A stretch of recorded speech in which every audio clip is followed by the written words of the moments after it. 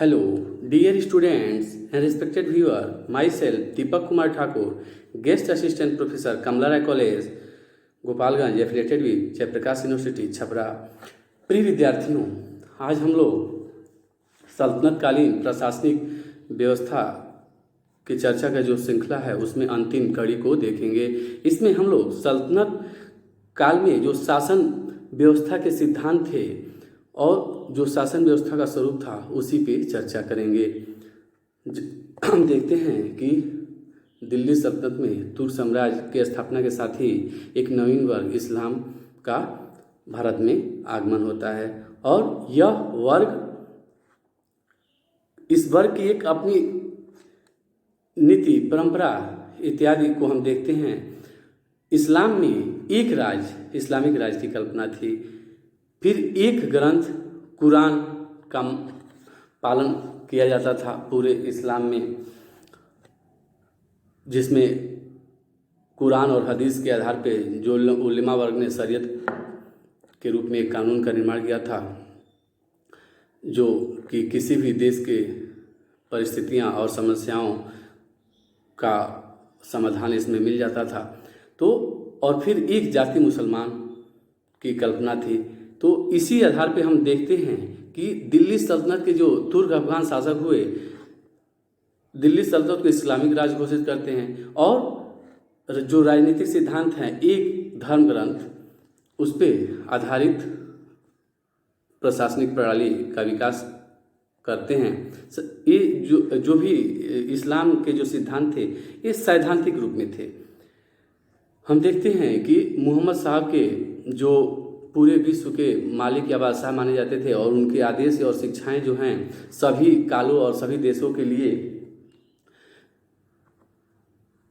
सभी देशों के लिए उचित निर्देश देते हैं, जिसका संकलन हम कुरान में पाते हैं, जो धार्मिक ग्रंथ है इस्लाम का। और इसी की व्याख्या जो उलेमाओं ने किया कुरान और हदीस के आधार पे, उसी वह शरीयत का रूप था और वो शरीयत का कानून ही पूरे साम्राज्य में लागू होता था। इस रूप में हम एक ग्रंथ का शासन देखते हैं। फिर एक संप्रभु यानी कि एक सम्राट की कल्पना हम इसमें देखते हैं कि जो खलीफा है, मोहम्मद साहब, अल्लाह के पैगंबर मोहम्मद साहब हुए, उसके बाद से उनका जो साम्राज्य था उस पर खलीफाओं का शासन हम देखते हैं, अबू बकर, उमर, उस्मान और अली। फिर हम देखते हैं कि 1253 ईस्वी में जब चंगेज़ खां का पोता हलाकू ने बगदाद के खलीफा की हत्या कर दी, तो हम विभिन्न खलीफाओं का उदय इसमें देखते हैं। स्पेन में हम अगर देखते हैं तो उमैयद वंश, और मिस्र में फातिमी वंश, और बगदाद में अब्बासी वंश। इस रूप में हम देखते हैं कि एक संप्रभु की कल्पना थी, लेकिन ये भी कहीं ना कहीं खंडित होती हुई प्रतीत हो रही है, क्योंकि खलीफा भी कई हो गए और जो खलीफा के जो प्रतिनिधि शासक थे वह भी विश्व के कई क्षेत्रों में फैल गए। उसी में से अगर हम देखें तो खलीफा के जो प्रतिनिधि थे वो तीन तरह के थे। एक तो सीमित अधिकार वाले, दूसरे असीमित अधिकार वाले, और तीसरे जो स्वयं के उद्यमिता से एक कहीं ना कहीं सल्तनत की स्थापना करते हैं, अपना साम्राज्य विस्तार करते हैं। इसी तीसरी श्रेणी में भारत का सल्तनत आता है। फिर देखिए, एक राष्ट्र यानी मिल्लत यानी मुस्लिम भाईचारे की संकल्पना थी इस्लामिक राजनीतिक सिद्धांत परंपरा में, तो वो भी सिद्धांततः भारत में लागू थी। लेकिन इसमें भी हम देखते हैं कि राजनीतिक संघर्ष बहुत ही सामान्य चीज तत्व था दिल्ली सल्तनत के इतिहास में, जिसकी हम चर्चा संस्था पे देखते हैं। इस तरह अगर हम ये कहें कि इस्लाम जो भारत का दिल्ली सल्तनत का राजनीतिक स्वरूप था वह इस धर्म प्रधान राज्य के रूप में था, तो इसे हम पूर्ण रूप से धार्मिक राज्य या धर्मनिरपेक्ष राज्य की संकल्पना को कह नहीं सकते हैं, क्योंकि हम देखते हैं कि इन्होंने सैद्धांतिक रूप से इस्लाम को स्वीकारा, लेकिन व्यवहारिक रूप में इस्लाम को लागू नहीं किया जा सकता। स्वयं इल्तुतमिश जो अपने एक वजीर मोहम्मद जुनैदी से वार्ता करता है तो कहता है कि दारुल हर्ब को दारुल इस्लाम में परिवर्तित कर दिया, यानी काफिर को देश को इस्लाम के देश में परिवर्तित कर दिया है। तो वो कहता है कि भारत में जो मुस्लिम हैं समुद्र में बुद्ध के समान है, तो इस तरह की व्यवस्था यहाँ लागू करना संभव नहीं है। इसके कारण वह अपना यह जो उद्देश्य था त्याग देता है। फिर हम देखते हैं कि जो एक संप्रभु राष्ट्र की संकल्पना थी इस्लाम में, उसमें खलीफा ही प्रधान हुआ करता था। लेकिन भारत में के जो सुल्तान हुए, खलीफा की जो सांकेतिक सत्ता तो स्वीकार की, लेकिन उसे कर इत्यादि नहीं भेजे और अपने राज्य में अपनी एक निरंकुश सत्ता बना के रहे और फिर साम्राज्य का विस्तार करते रहे। इसी क्रम में हम देखते हैं कि इल्तुतमिश ने 1229 ईस्वी में बगदाद के खलीफा अल मुंतसिर बिल्ला से स्वीकृति प्रदान किया था सम्राट के पद के लिए, और नासिर अमीर उल मोमिनीन की उपाधि ग्रहण की, यानी कि खलीफा का नायब। उसी तरह हम देखते हैं कि यामीन उल खिलाफत की उपाधि, यानी कि खलीफा के दाहिने हाथ की उपाधि अलाउद्दीन ग्रहण करता है। उसी तरह हम देखते हैं कि मोहम्मद बिन तुगलक जो है वह भी अल मुस्तकीफ़ी जो बगदाद के खलीफा थे उनसे अपनी स्वीकृति प्राप्त करता है। हालांकि वो भी प्रारंभ में खलीफा की सत्ता को इस आधार पर स्वीकार किया कि उलेमाओं के जो विद्रोह हैं उसको शांत किया जाए। वह धर्म और राजनीति को दोनों को अलग अलग करके देखता था। ठीक बलबन और अलाउद्दीन भी धर्म और राजनीति को अलग अलग करके ही देखे। इसी क्रम में हम देखते हैं कि एक जो अलाउद्दीन खिलजी काल का ही शासक है मुबारक खिलजी, इसने स्वयं को खलीफा घोषित कर दिया। खलीफा ए कबूल, अमीर उल मोमिनीन इत्यादि की उपाधि ग्रहण किया। तो इस तरह खलीफा की सांकेतिक सत्ता स्वीकार किए और व्यवहारिक रूप में जो दिल्ली सल्तनत के सुल्तान थे निरंकुश थे। दिल्ली सल्तनत के जो प्रशासनिक व्यवस्था का स्वरूप था वह व्यवहारिक रूप में विकेंद्रित राजस्व व्यवस्था का स्वरूप था, क्योंकि प्रारंभ में इक्ताओं को बांट के और इक़्तेदारों की नियुक्ति करके सत्ता का विकेंद्रीकरण किया गया था और सत्ता को एक तरह से व्यवस्थित करने का, प्रांतीय जो प्रशासन है उसकी संरचना को निर्मित करने का भी प्रयास किया गया था। फिर हम देखते हैं कि मिश्रित राजनीतिक प्रशासनिक व्यवस्था का निर्माण होता है इस काल में, क्योंकि हम स्थानीय स्तर पर देखते हैं कि हिंदू खुद मुकद्दम चौधरी जो अधिकारी थे प्रशासन का कार्यभार देख रहे थे, तो प्रांतीय और केंद्र स्तर पे जो सुल्तान और इक़्तेदार थे। फिर जो हिंदुओं के दैवी राजा में देवत्व का आरोपण था, जो राजा में देवत्व की शक्ति को देखने का प्रचलन था, वह बर्नी के कथन राजस्व सिद्धांत में भी दिखता है कि वह कहता है कि जो सुल्तान है अल्लाह के हृदय का प्रतिबिंब है और वह अल्लाह के कथनानुसार ही अपने शासन का संचालन करता है। तो इस प्रकार हम देखते हैं कि एक मिश्रित प्रणाली का विकास हुआ प्रशासन में। फिर एक सर्वशक्तिमान सुल्तान की अवधारणा का विकास हुआ जो निरंकुश शासक था, क्योंकि सुल्तान ही राज्य की कार्यपालिका, न्यायपालिका, व्यवस्थापिका और सैन्य विभाग का मुखिया था और उसके आदेश ही सल्तनत के लिए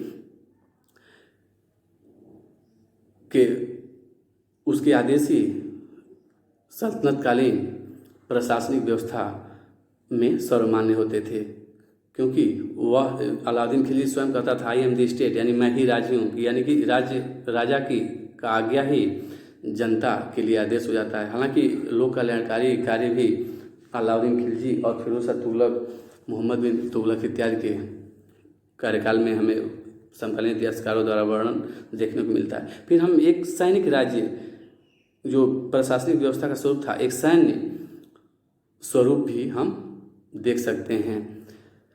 फिर क्योंकि मध्यकाल की एक विशेषता थी कि सैन्य संगठन ही सत्ता का आधार हुआ करती थी। फिर जो बलबन है अर्ध सैनिक और अर्ध असैनिक तत्व से अपने सेना का निर्माण किया था, जो भी एक प्रशासनिक स्वरूप का एक की विशेषता थी।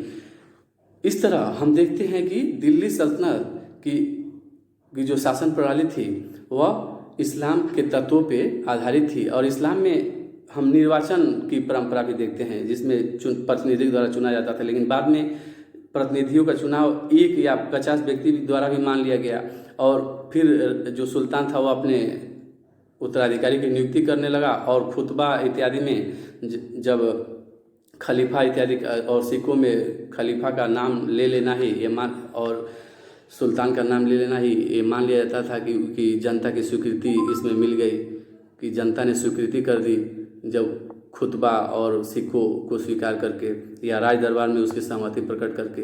इस तरह हम देखते हैं कि एक इस्लामिक सैद्धांतिक रूप से सल्तनतकालीन जो प्रशासन है इस्लामिक सिद्धांतों पर आधारित था सैद्धांतिक रूप से, लेकिन व्यवहारिक रूप में भारतीय तत्व भी उसमें सम्मिलित थे और सुल्तान परिस्थिति के अनुकूल निर्णय लिया करते थे। जब जो अमीर और उलेमा वर्ग है, उलेमा वर्ग धार्मिक धर्माचार्यों का वर्ग था, विद्वानों का वर्ग था, ये सुल्तान के जो धार्मिक नीति थे उसमें धर्म से जो राजनीति तत्व थे उसमें धर्म से संबंधित मामलों पे उसे सलाह देते थे और न्यायिक कार्य भी करते थे। और जो अमीर थे वो सल्तनतकालीन प्रशासनिक व्यवस्था के रीढ़ की हड्डी थे। फिर हम देखते हैं कि ये लोग विद्रोह में शामिल होकर सल्तनत के लिए संकट भी खड़ा किया करते थे। इस रूप में हम देखते हैं कि सल्तनतकालीन जो सुल्तान हुए अपनी प्रशासनिक जरूरतों आवश्यकताओं से उत्प्रेरित होकर अपने प्रशासन को संगठित किए जिसका आधार इस्लामी था। इस रूप में उसे इस्लामिक राज्य कहा जा सकता है, लेकिन व्यवहारिक रूप में इस्लाम के सभी सिद्धांतों का पालन नहीं हो सका। जो कट्टरता का तत्व है वह व्यक्ति विशेष का तत्व था और वह कहीं ना कहीं राजनीतिक आर्थिक हितों से भी प्रेरित था। फिर भी इसमें देखते हैं कि हम लोग की हिंदुओं को बहुत ही उच्च अधिकार प्राप्त नहीं थे, लेकिन प्रशासनिक अधिकार तो प्राप्त ही थे और जो भारतीय राजा थे वो भी विलुप्त नहीं हुए थे, वो भी अपने राज्य क्षेत्र को बनाए हुए थे और अधीनता स्वीकार किए हुए थे। इस रूप में हम देख रहे हैं कि सल्तनत काल में जो मंदिर इत्यादि तोड़े गए तो वह सुल्तानों के धार्मिक कट्टरता को जो कुछ विशेष सुल्तान हुए उनकी धार्मिक कट्टरता को व्यक्त करता है, लेकिन बहुत सारे शासक उदार और सहिष्णु भी हुए। जो मोहम्मद बिन तुगलक का इसमें नाम लिया जा सकता है। इसके समय में हिंदुओं को उच्च पदों पे भी स्थापित किया गया। इस तरह हम देखते हैं कि प्रशासन में एक सामाजिक समन्वय का तत्व हमें दिखता है और जो दिल्ली सल्तनत काल के समय में विकसित होता रहा। हालांकि धर्मांधता का भी तत्व स्पष्ट रूप से दिखता है और जो मध्यकालीन जो पूरे विश्व का इस समय का परिदृश्य है उसको अगर हम दृष्टिगत करें तो उस समय धर्म का जो प्रभाव था उसको हम इस रूप में अगर देख रहे हैं तो कहीं गलत नहीं है, क्योंकि इस समय जो दिल्ली सल्तनत का स्थापना और उसका विकास 16वीं शताब्दी में हुआ, इस बीच में बहुत सारे धार्मिक कट्टरता का तत्व विश्व में देखने को मिलता है, जो कि भारत में भी अगर स्थापित हुआ और कुछ शासकों ने उसको लागू किया। मध्यकालीन प्रशासनिक व्यवस्था का एक तत्व के रूप में इसे देखें, क्योंकि इसे हिंदू मुस्लिम के संघर्ष के रूप में हम नहीं दे सकते, क्योंकि जो प्रशासनिक स्वरूप है वह कहीं ना कहीं राजनीतिक सामाजिक आर्थिक कारणों से उत्प्रेरित था और उसमें अगर व्यक्ति विशेष या शासक विशेष के कुछ कृत्य हैं तो वह समाज और प्रशासन और राजनीति का हिस्सा हो सकते हैं।